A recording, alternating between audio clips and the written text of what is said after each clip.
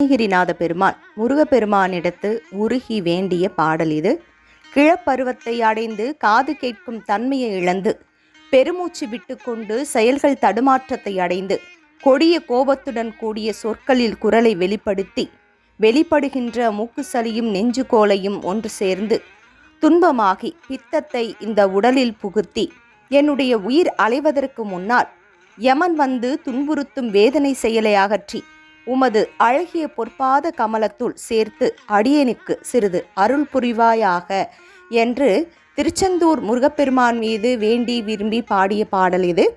திருச்செந்தூர் திருப்புகழ் பாடல் 93. இதோ: மூப்பு உற்று செவி கேட்பு அற்று பெருமூச்சு உற்று செயல் தடுமாறி மூர்க்க சொற்குரல் காட்டி கக்கிட மூக்குக்கு உள்சலி இலையோடும் கோப்பு கட்டி இனா பிச்சி ஏற்றிடு கூட்டில் புக்கு உயிர் அலையாமுன் கூற்ற தத்துவம் நீக்கி பொன்கழல் கூட்டி சற்று அருள் புரிவாயே.